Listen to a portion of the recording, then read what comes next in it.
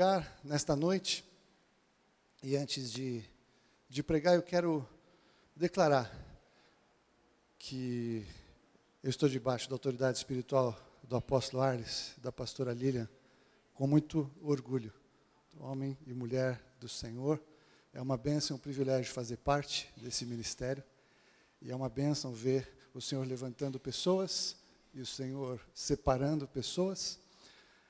A gente vê a vida de muitos aqui, está no ministério pastoral, tem as coisas doloridas, como o apóstolo já carimbou na vida dos ministros, mas tem as coisas tremendas e preciosas, que é a oportunidade de acompanhar vidas, trajetória de vidas, acompanhar pessoas que chegam a Jesus, acompanhar a obra do Senhor na vida de pessoas, as histórias, as biografias, as dores, muitas vezes lágrimas, muitas vezes coisas difíceis de superar, muitas vezes coisas que parecem impossíveis de superadas, situações que parecem impossíveis de serem transformadas, mas nós podemos ver dia após dia o Senhor agindo na vida daqueles que o buscam de fato e de verdade e em sinceridade. O Senhor não rejeita aqueles que o buscam em espírito e em verdade. Não existem impossíveis para Deus na vida daqueles que nele creem, na vida daqueles que nele confiam, na vida daqueles que se sujeitam a Ele. Toda glória, toda honra, todo louvor sejam dados ao nome do Senhor Jesus. Amém? Glória a Deus. Quando eu preparei, estava lá esse final de semana meditando e sabendo o que aconteceria aqui, e sabendo que o tempo seria algo inadministrável, eu preparei uma palavra modular. Vocês sabem o que é uma palavra modular? Para você que está na TV Comunhão Cristã, hoje nós tivemos aqui um tempo em que separamos ministros do Senhor, ungimos e consagramos, apresentamos e conferimos autoridade como nós cremos. Então, eu vou dar uma encurtada em algumas coisas, que vocês sabem que eu prego no mínimo 2 horas e meia, mas a gente encurta, e aí eu creio que Deus vai falar ao seu coração nesta noite, porque o Espírito Santo de Deus já está aqui de uma maneira tremenda, a adoração já foi especial. Mas eu queria destacar então que no reino de Deus, o sistema do reino de Deus, ele tem regras diferentes daquelas que nós encontramos e acompanhamos no sistema do mundo ou no sistema natural. O sistema de Deus, ele nos chama para sermos. E para Deus sermos é mais importante do que fazermos. Não que não seja útil a Deus o que nós fazemos, mas o Senhor não está tão preocupado ou tão impressionado com pessoas que mostram muitas vezes muitas coisas e coisas que eventualmente podem ser conquistadas com o próprio braço ou com o próprio esforço, porque isso tem uma duração determinada, isso tem um prazo de validade. Mas as pessoas que realmente são, os frutos que elas exteriorizam e que elas manifestam, comprovam que elas são. Então, os frutos não são mais importantes do que ser, mas os frutos são uma demonstração de que são. Os frutos definem o que ou quem a pessoa realmente é. Por isso que a palavra de Deus nos ensina que pelos frutos conhecereis. Eu que sou um cara totalmente urbano, nascido, criado, crescido e agora parcialmente envelhecido em São Paulo, eu só conheço as maçãs do supermercado, e dependendo das maçãs, tem que ter uma tabuletinha dizendo que é maçãs, porque eu, como um bom daltônico, às vezes eu posso passar batido e não identificá-las como maçãs. Mas, se eu me achegar diante de uma árvore que tenha lá uns frutos com uma cor mista, verde e vermelha, eu vou identificar que aquela árvore é uma macieira, porque ela tem maçãs. Vocês estão entendendo o que eu estou falando? O sistema do reino de Deus, ele é assim. Então, quando as pessoas são, no nosso caso, ministerialmente falando, o Senhor reconhece aqueles que são, porque já eram. O Senhor estabelece aqueles que têm feito, aqueles que têm sido, aqueles que têm frutificado, para que façam ainda com mais excelência e melhor, e nós acompanhamos trajetórias, e acompanhar trajetórias é uma grande bênção. Mas o Senhor, Ele também, Ele conhece de antemão aqueles que chama. Eu não vou ler agora, você que está marcando, você, por favor, marque aí o Evangelho de João, capítulo 1, de 43 a 51. Aliás, todo esse esboço do que eu estou pregando já está no blog do Vinho Novo, depois, se você quiser, em casa, você acompanha. Mas quando Natanael não era ainda um dos 12 discípulos, e ele estava embaixo de uma árvore. Eu fico imaginando o que será que o Natanael estava fazendo de tão especial na sua vida, debaixo daquela árvore. Porque quando ele foi buscado, ele foi ali visitado por Felipe. Felipe falou, olha, encontrei o mestre. E o Felipe foi chamar Natanael para que Natanael viesse conhecer Jesus. Eu não sei o que o Natanael estava fazendo, ou pensando, ou falando embaixo dessa árvore que ele estava. Mas quando Natanael é trazido para a presença de Jesus por Felipe, o Senhor Jesus diz para ele, eu te vi debaixo da árvore. E o Natanael, ele fica passado, ele fica impactado, ele fica visitado pela revelação de que Jesus sabia que ele estava embaixo da árvore. Jesus conhecia Natanael antes que Natanael o conhecesse. Natanael, ele teve a felicidade de não ser um sujeito preso nas tradições e na cultura local, porque muitas pessoas são tão presas em tradições e culturas que recebem o convite para conhecer Jesus e não conhecem. Porque quando Filipe chegou para convidar Natanael para ir, ele falou, olha, conheci Jesus de Nazaré. Aí o Natanael, que estava imerso naquela cultura, falou, mas porventura pode vir alguma coisa boa de Nazaré? Se ele mantivesse aquela linha de que naquela cidade, naquela cultura, todo mundo achava que o que tinha em Nazaré era uma porcaria, Nazaré ia prender Natanael de uma maneira que Natanael não sairia de onde estava para ir conhecer Jesus. Mas, glória a Deus, ele decidiu romper com a tradição e falou, talvez tenha algo bom de Nazaré, já que você, Filipe, está falando, eu vou até lá. E muitas pessoas hoje em dia estão presas na sua religiosidade, ou no seu sistema de vida, ou no seu sistema de trabalho, ou no seu sistema de pensamento, e acham que esse é o certo, e que todas as coisas por aí que dizem respeito à religiosidade estão erradas, até que alguém chegue e convida para conhecer Jesus. E se essa pessoa permanecer presa nesta prisão, Jesus passará pela vida dela, a oportunidade de conhecer Jesus passará ao largo, e ela jamais conhecerá Jesus, embora fosse conhecida de Jesus antes. Jesus conhecia Natanael, Jesus te conhece. Eu não sei se você está preso em alguma questão cultural ou religiosa, mas eu espero em nome de Jesus que nessa noite o Senhor Jesus, que te conhece, Ele possa estar aquecendo o seu coração para que você receba um convite de se aproximar mais dEle. O Senhor Jesus conhece os que Ele chama antes mesmo que esses sejam chamados. Aleluia. Mas o Senhor, Ele nos chama para fazermos alguma coisa.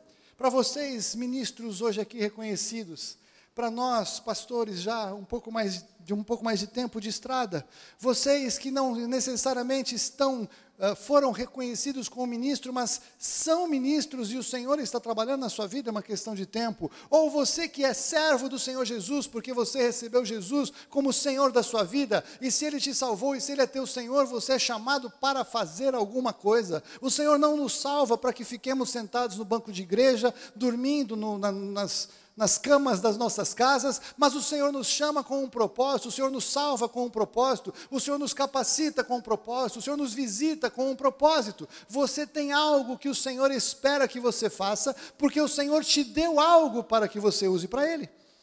Algum tempo atrás eu compartilhei com vocês acerca da parábola dos talentos de Mateus capítulo 25, em que o Senhor Jesus, Ele é muito claro quando Ele diz que Ele distribuiu esses talentos conforme a capacidade de cada um.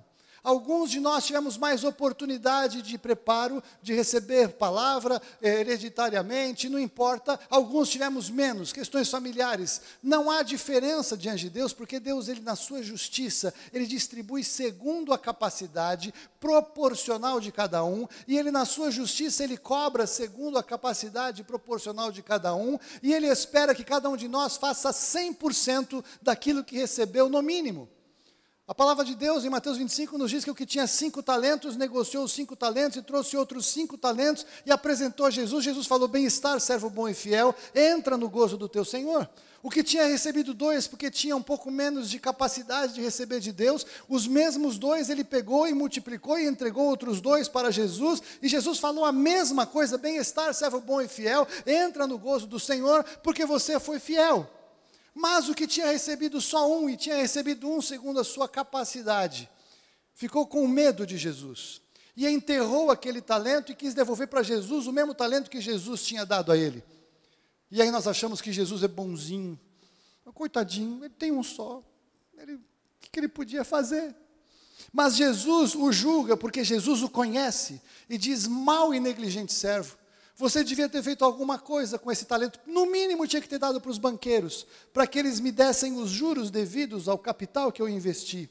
E o Senhor Jesus manda lançar esse cara fora, onde há choro e ranger de dentes. Manda tirar esse talento dele que tinha 1 e dá para o que tem 10. E diz, o que tem mais lhe será dado, e o que não tem até o que tem lhe será tirado. Nós precisamos entender que a realidade do reino não diz respeito a muita confusão religiosa que a gente tem feito de achar que o fato de Deus ser bom inibe ou contraria o fato de que Ele é justo. Deus é bom em oferecer a salvação de graça pela fé para qualquer pessoa que nele creia, enquanto está aqui em vida ou antes que Jesus volte. Durante esse tempo, o Senhor é bom e o Senhor oferece a salvação de graça pela fé. Vencido esse prazo, essas pessoas terão que se defrontar com o Deus justo que julgará segundo a decisão que a pessoa tomou. E quem tem o Filho de Deus tem a vida, quem não tem o Filho de Deus não tem a vida, mas sobre ele permanece a ira de Deus. E Jesus adverte que é bom que as pessoas não temam aqueles que podem tirar a vida, mas temam aquele que pode lançar a alma no inferno, porque quem lança a alma no inferno não é Satanás, porque ele mesmo será lançado, mas quem lança a alma no inferno é Deus. Deus, na sua justiça, esgotado o prazo da sua bondade, julgará a todos segundo a decisão acerca do Filho. Se as pessoas rejeitaram o Filho, Jesus as rejeita. O Senhor as rejeita. Se as pessoas receberam o Filho, o Senhor as recebe. E aí nos julga conforme as obras que fizemos, não mais para condenação, mas nós os que estamos em Jesus, somos julgados de acordo com aquilo que fizemos para galardão, para prêmio na eternidade. O que significa então que na eternidade, alguns de nós terão muito mais do que outros, porque na eternidade Deus também julga com justiça. Alguém que mal se converteu, que dormia, que vinha nos cultos de vez em quando, que não conhece a Bíblia, mal falou de Jesus para quem quer que seja, nunca fez uma oração real, nunca leu a Bíblia inteira, nunca pontinhos. Deus não poderia, na sua justiça, tratar essa pessoa da mesma maneira que Ele trata pessoas que gastam a sua vida no Evangelho. Deus seria injusto. Por isso que Ele calibra a capacidade de cada um na sua justiça, e Ele reconhece as obras de cada um também segundo a sua justiça, e segundo a sabedoria com qual Ele olha o coração de cada um, e percebe como cada um lida com aquilo que recebeu. Dito isso, eu queria te convidar para ler o texto de hoje, que está ali no Evangelho de Lucas, no capítulo 19, e eu vou ler a partir do versículo 11.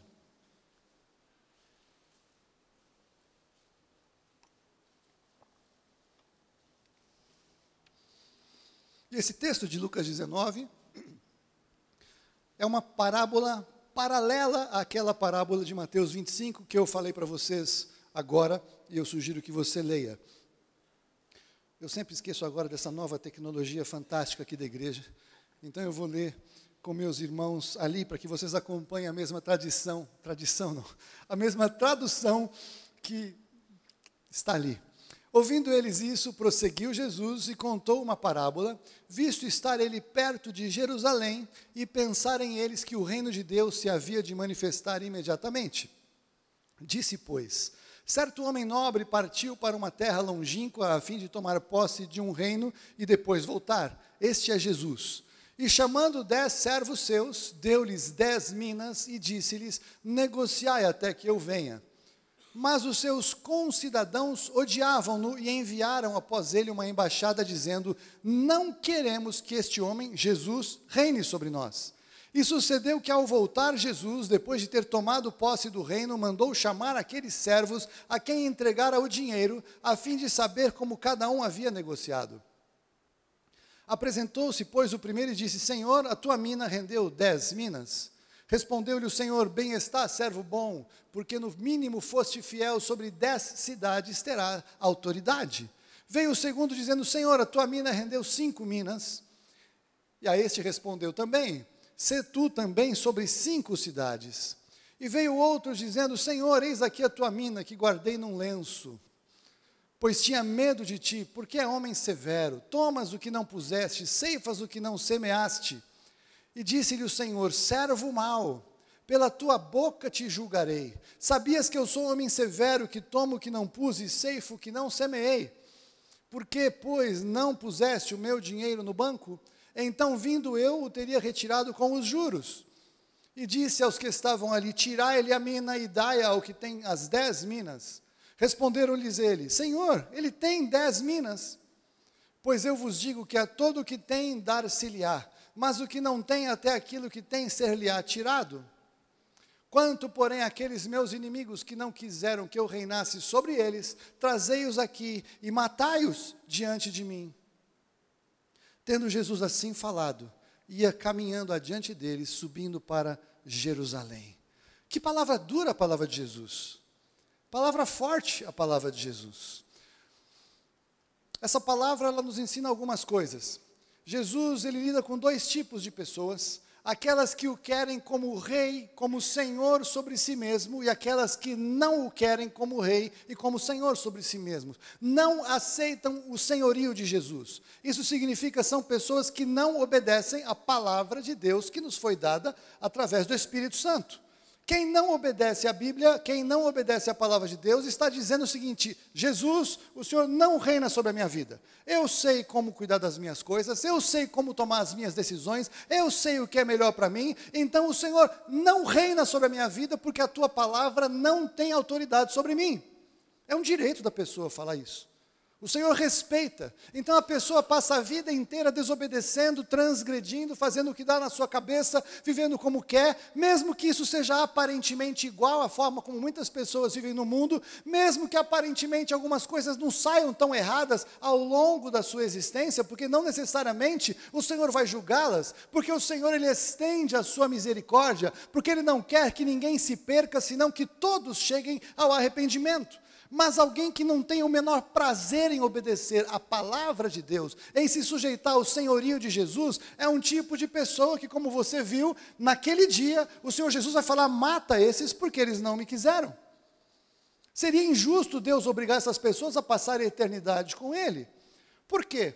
Se a pessoa não tem prazer em estar reunido na adoração dos santos, se a pessoa não tem prazer na palavra de Deus, se a pessoa não tem prazer em se sujeitar ao Senhor e adorá-lo, se a pessoa não tem prazer na comunhão dos santos, se a pessoa não tem prazer em nada disso enquanto ela está aqui, poucos anos, 70, 80, 90, 100 anos, se Deus obrigasse essa pessoa a passar a eternidade em meio à adoração, em meio à presença do Senhor, em meio à comunhão dos santos, Deus seria injusto. Então, já que a pessoa não quer estar com Ele em vida, ela não precisa estar com Ele por toda a eternidade. Isso é justiça de Deus. Mas, aqueles que se sujeitam ao Senhor, eles têm ali 3 tipos de atitude. Uma atitude é aquela de ser absolutamente produtivo. E nós vimos aquele que recebeu uma mina, um talento, uma capacitação. E aí esse aqui foi muito mais radical do que aqueles de Mateus 25, porque ele recebeu uma e entregou 10. Ele ficou só com o dízimo, ele entregou tudo para Jesus, inverteu o jogo.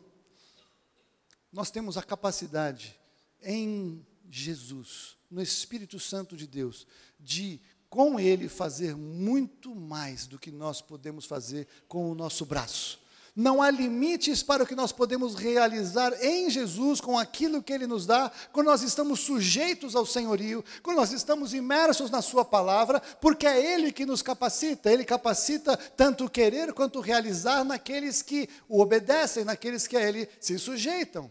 Eu quero liberar essa palavra sobre os ministros da casa aqui reconhecidos hoje, que o Senhor os faça multiplicar por 10 aquilo que Ele tem dado, os recursos que Ele tem capacitado, trazido para as suas vidas em nome de Jesus, e não somente para esses, mas a todos aqueles que estão aqui hoje, que genuinamente servem ao Senhor, que são, podem até não ter sido reconhecidos, mas são, e os seus frutos comprovarão, e os seus frutos mostrarão, perseverem em frutificar, porque o Senhor reconhece aqueles que são dEle. Aleluia!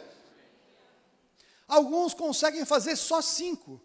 Só 5 é maravilhoso, sei lá quantos por cento, eu sou mal nessas contas de percentagem, eu fugi da escola, mas 5 é 500%, né? Eu achei que eu ia errar, estava certo, obrigado, apóstolo. 500%. 500%. Queridos, eu sou bisneto de pastor evangélico, já contei isso. Meu pai era um mestre na palavra. Quando eu era garoto, eu via meu pai ensinando a palavra.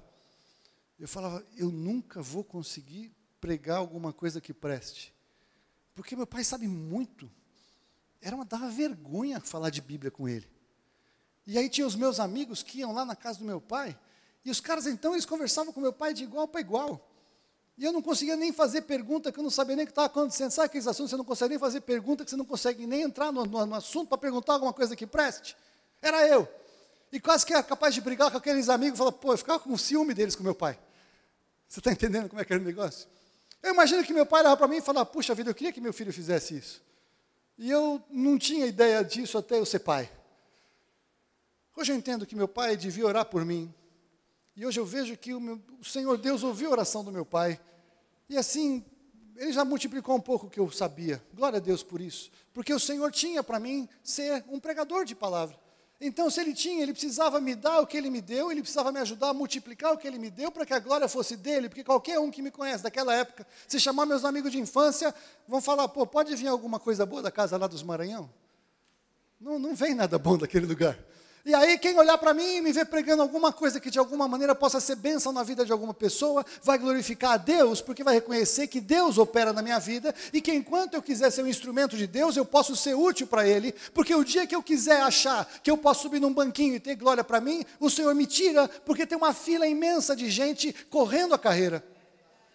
É Deus que opera em nós, não somos nós. Mas Ele pode multiplicar aquilo que Ele nos dá, porque Ele quer multiplicar aquilo que Ele nos dá. Até sabe por que Ele quer multiplicar aquilo que Ele nos dá. Porque Ele sabe que tem um monte que vai pegar o que Ele dá e vai guardar num lenço. E não vai fazer nada.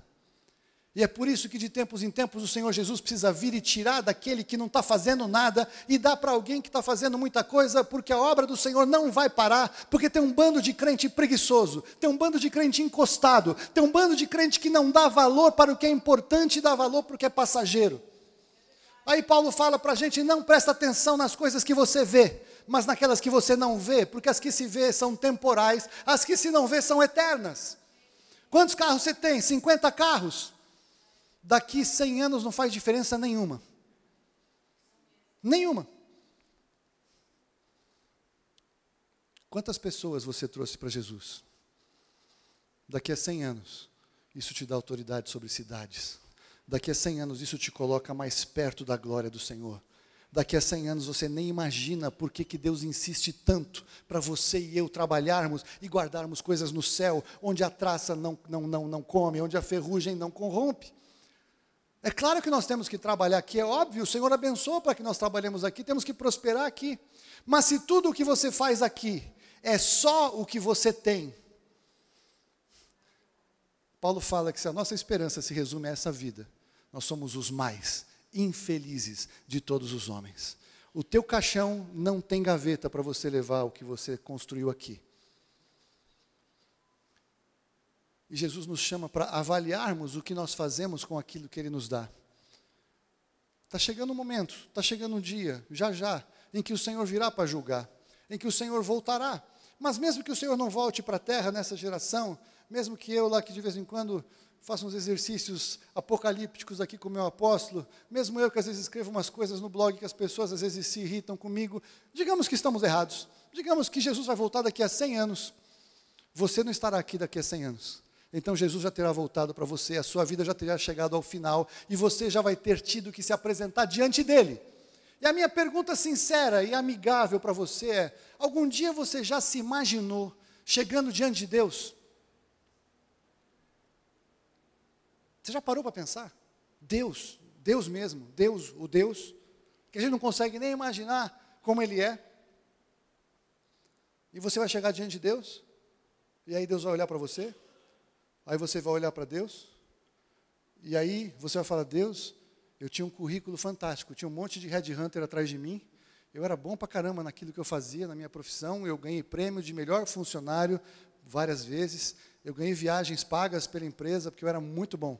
Eu fiz um ótimo plano de previdência, eu comprei 2 apartamentos, deixei a minha mulher muito bem, ela, meus filhos, olha, eles ficaram muito bem, eles não têm que se preocupar em trabalhar pro resto da vida, viu Deus?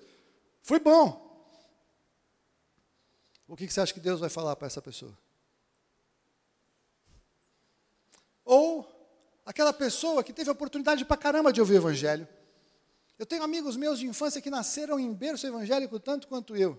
E hoje, se você olha para eles, você nem sabe mais o que aquela pessoa se tornou. Saiu fora. Talvez seja salvo em nome de Jesus. Alguns eu oro para que sejam, porque você olha para os frutos da vida, você não tem certeza. Mas Deus não nos chama para julgar essas pessoas assim. Mas essa pessoa que teve tanta oportunidade, passei 200 anos na igreja, Deus. Que bom. E aí? Tem gente que acha que vir à igreja é servir a Deus. Vir à igreja é ser servido por Deus, não é servir a Deus. Não tem ponto positivo nenhum para quem vem na igreja.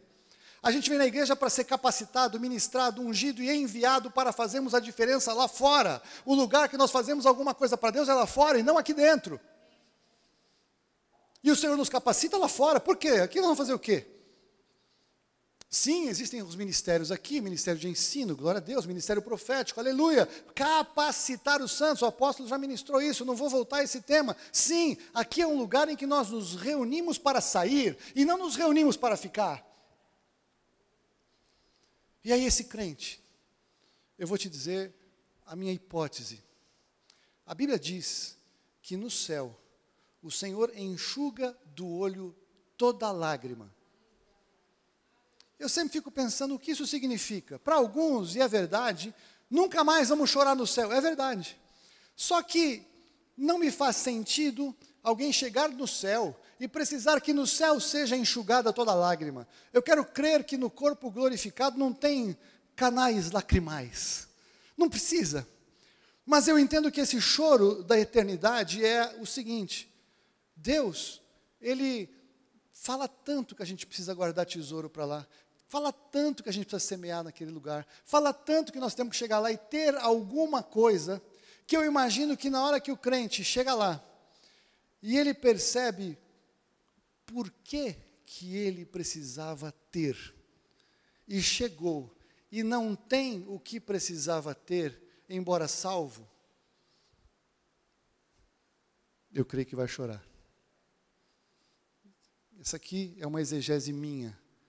É uma paráfrase minha, é uma licença profética minha. Talvez não seja exatamente isso, mas que no céu muitos de nós teremos uma grande decepção ao entender o que poderíamos ter tido e não tivemos, porque o Senhor tirou o talento da gente que não estava fazendo nada e deu porque tinha 10, e nós chegamos no céu, a Bíblia fala uma expressão dura, que Paulo fala em 1 Coríntios capítulo 3, salvos como que através do fogo. Chegamos no céu e salvos, mas não temos nada de recursos eternos, nada na hora mais importante da nossa vida. E o Senhor tem me incomodado muito para falar acerca disso, porque nós temos que entender que nós somos chamados para multiplicar aquilo que o Senhor nos deu, e nada mais apropriado do que um culto como esse de hoje, de falar de ministério, de falar de serviço. Nós tivemos a semana passada uma tremenda palavra do pastor Ricardo sobre os zuperetes, os que ministram, e eu recomendo que você assista depois no canal da igreja no YouTube, você também em casa, assista, você está aí agora, já pode assistir logo depois que acabar esta ministração, mas o Senhor nos chama para sermos servos, e Ele nos remunera muito bem. Nós estamos vivendo um tempo em que o Senhor tem chamado aqueles que eu creio que são os trabalhadores da última hora. Eu creio que o Senhor tem uma grande colheita para fazer nesses últimos tempos. Eu oro a Deus para que isso seja verdade, mas eu também tento discernir de Deus o que eu posso fazer para ser útil nesses últimos dias. E eu pergunto para você, o que você pode fazer para ser útil nos últimos dias? Você tem algo que Deus te deu. O Senhor te deu alguma coisa que está dentro de você e que está esperando que seja manifesto pelo poder do Espírito Santo de Deus, para que seja frutífero, para que seja abençoador. A árvore, a macieira não come maçã. Ela produz maçã para que outros se alimentem. O que o Senhor te dá para produzir não é para você, é para o outro, é para alguém que precisa de você, é para quem você vai orar, é quem você vai evangelizar, é quem você vai ensinar a palavra, é quem você vai exortar porque está no erro, é quando você vai sentar e vai chorar com os que choram, é quando você vai convidar essa pessoa para receber do Senhor Jesus, vai pregar o evangelho para ela e vai convidá-la para que ela mude de vida, porque é tempo e o Espírito Santo de Deus vai com você, o Espírito Santo de Deus vai tomar as tuas palavras, o Espírito Santo de Deus vai ungir a tua boca e você vai falar o que você nem pensou que você pudesse falar, porque o trabalho é dele. Ele é o que trabalha. Não pense que é um esforço seu. Ele é quem faz. para que a glória seja dele. Mas ainda assim, para que a glória seja dele, ele te abençoa enquanto você faz, ele te premia na eternidade, ele te dá o Espírito Santo, ele te dá o chamado, ele faz todas as coisas. E aliás, essa é a diferença mais importante entre qualquer religião que se chame religião. Em qualquer religião as pessoas têm que fazer alguma coisa. Com Jesus, Jesus fez todas as coisas. E ele espera que você o receba. Como eu já disse, todos os caminhos levam a Deus, sem exceção. Todos os caminhos levam a Deus. E todos os caminhos levarão as pessoas até aquele dia diante do Senhor Deus. E o Senhor Deus receberá todas as pessoas para julgá-las e condená-las. Só um caminho leva ao Pai, Jesus Cristo. Jesus diz: eu sou o caminho, a verdade e a vida. Ninguém vem ao Pai senão por mim. O diabo fala a verdade muitas vezes. Todos os caminhos levam a Deus. Mas será uma tragédia para esses quando chegarem diante de Deus, que não chegaram ao Pai, chegaram a Deus. Essa é uma noite de reflexão. É uma noite de confronto. Eu sei que pode ter gente que pode ter falado: mas por que foi o João? Eu deveria ser. Isso acontece, isso é normal. E você tem duas atitudes para tomar. Uma, achar que os pastores são injustos e sair chutando a porta. Outro, olhar para você mesmo e pensar assim: o Senhor é comigo. Eu estou fazendo para o Senhor e não para homens. Eu vou continuar sendo quem eu sou e os meus frutos serão reconhecidos porque Deus é comigo. Deus é o maior interessado no meu ministério e não eu mesmo. E esse é o caminho certo para você tomar, porque talvez o Senhor está simplesmente te provando mais um pouquinho para ver o que está realmente no seu coração. O Senhor não prova o nosso coração para Ele saber o que vai no nosso coração, Ele sabe. O Senhor prova o nosso coração para nos revelar o que é que de verdade está no nosso coração. E quando nós vemos umas coisas ruins, é melhor nós nos arrependermos e mudarmos, porque o Senhor nos capacita. Por outro lado, é um tempo em que nós percebemos que o Senhor está organizando cada vez mais o seu povo. Ele está ajustando as peças, Ele está colocando as coisas em ordem. Assuntos difíceis são resolvidos, coisas complexas o Senhor opera, porque o Senhor quer a noiva linda, linda, pronta para encontrar com o seu filho, com o noivo. Em breve haverá o que se chama as bodas do Cordeiro. Você e eu fomos enganados por Hollywood, porque Hollywood falou uma verdade parcial, porque Hollywood disse, no fim dos desenhos da Disney, era aquela coisa assim: casaram e viveram felizes para sempre. Eu que já fiz tantos casamentos, eu não conheço nenhum casamento que isso aconteça. Porque não é para acontecer nos nossos casamentos aqui. Os nossos casamentos, quando casamos, vamos aprender a viver juntos. Vamos desenvolver um casamento. Não seremos felizes todos os dias, mas teremos muitos dias de felicidade. Teremos lutas, teremos circunstâncias para administrar e ajustar. Isso faz parte da natureza humana. Mas casar e viver felizes para sempre é para aqueles que estarão naquele dia como a noiva do Cordeiro. E naquele casamento, aquelas bodas, aquele casamento é para casar e viver feliz para sempre e sempre e sempre e sempre e sempre e sempre, porque não há fim. Não há fim. Você está pronto para esse casamento? Você faz parte do grupo da noiva? Eu não pergunto se você é da igreja, se você veio na igreja, se você frequenta a igreja, isso não faz diferença nenhuma. Eu te pergunto enquanto eu falo a respeito da palavra de Deus, você tem certeza que você é de Jesus? Você tem certeza que realmente você nasceu de novo? Você tem certeza que se o seu mundo acabar na esquina, você vai chegar diante do Pai e não diante de Deus? Essa é a questão mais importante que você precisa resolver antes de ser frutífero. Você que está sendo frutífero, você está a fim de multiplicar o que você tem feito a Deus? O Espírito Santo de Deus quer te capacitar e quer te dar, porque Ele quer que você multiplique por 10 o que Ele te deu.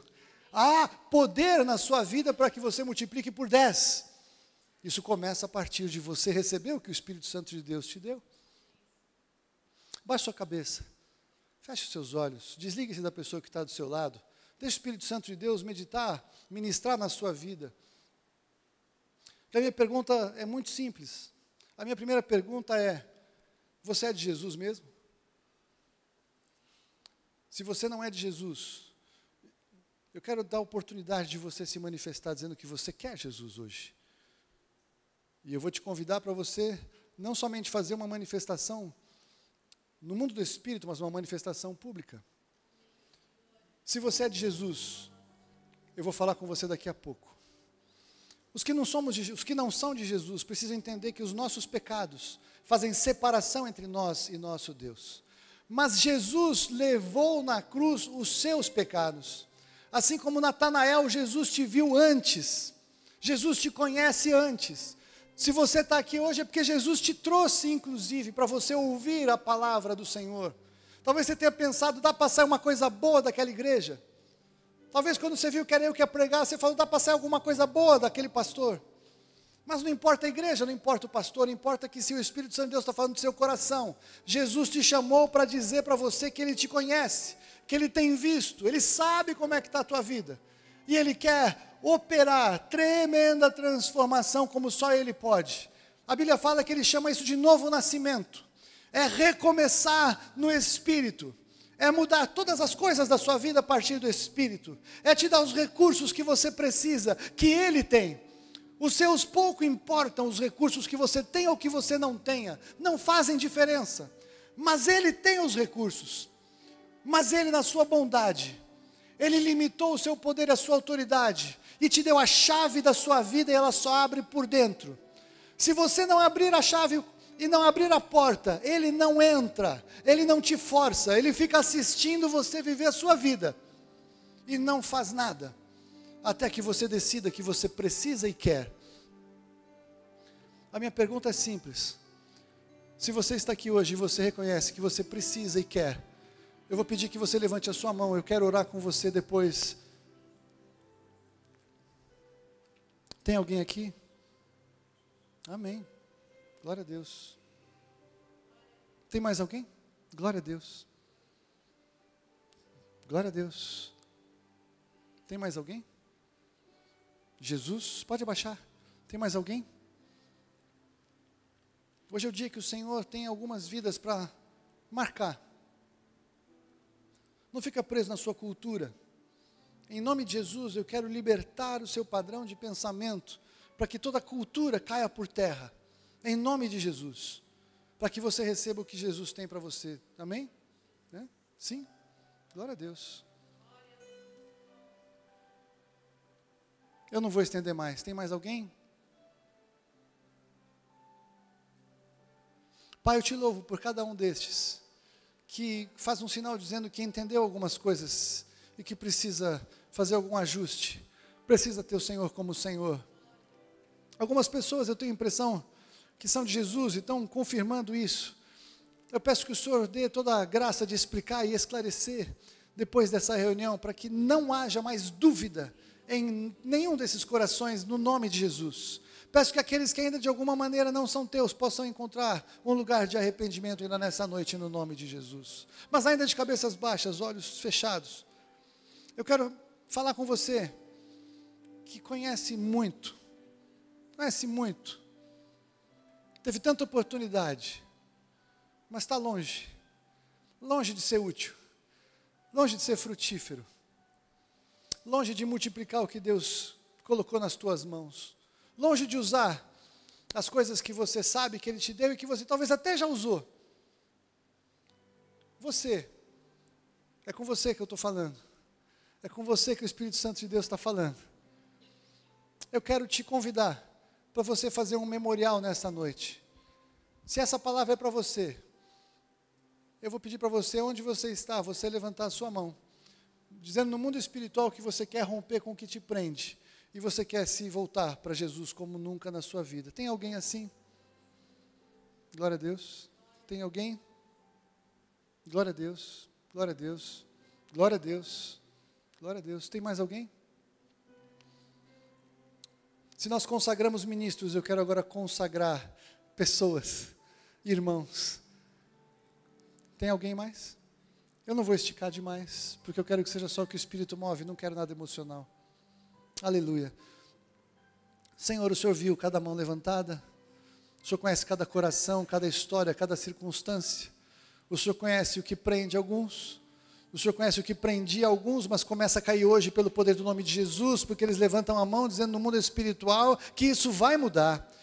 Então, Pai, eu clamo ao Senhor que o Teu Espírito unja estas vidas, ó Deus, que toda libertação necessária para que caiam as amarras, caiam as cadeias, caia, Senhor Deus, o padrão de pensamento, caia tudo aquilo que é contrário para que Teus filhos fluam, ó Deus, seja estabelecido a partir desta noite em nome de Jesus, que esta decisão, esta atitude seja verdadeira e profunda em cada coração, e que manifeste, ó Deus, a Tua vida nestas vidas, para louvor da Tua glória. Pai, eu Te louvo pela Tua palavra que é poderosa. Eu Te louvo, Senhor Deus, porque o Senhor fala aos nossos corações e nós podemos sentir e podemos nos sentir tocados, visitados e permeados com a Tua visitação. Peço que cada dia mais nessa igreja possamos experimentar mais como temos tido um crescendo, de perceber o Senhor falando, de perceber o Senhor agindo aqui, ó Deus. Seja o Senhor glorificado e engrandecido neste ministério apostólico, nesta igreja local, em todas as igrejas que fazem parte deste ministério apostólico, que estão sujeitas a esta autoridade, ó Pai. Pai, leva-nos a sermos frutíferos, úteis, para que o Senhor Jesus seja glorificado em cada um de nós. Seja o Senhor glorificado nas nossas vidas, porque eu oro no nome de Jesus. Amém. Amém. Você que estava em casa, se o Senhor falou ao teu coração, eu te convido a procurar a gente. Entra no site da igreja, passa um e-mail, tem o telefone. Se você está em São Paulo, venha nos fazer uma visita. Eu sei que Deus falou com você, que Deus te abençoe, em nome de Jesus. Amém.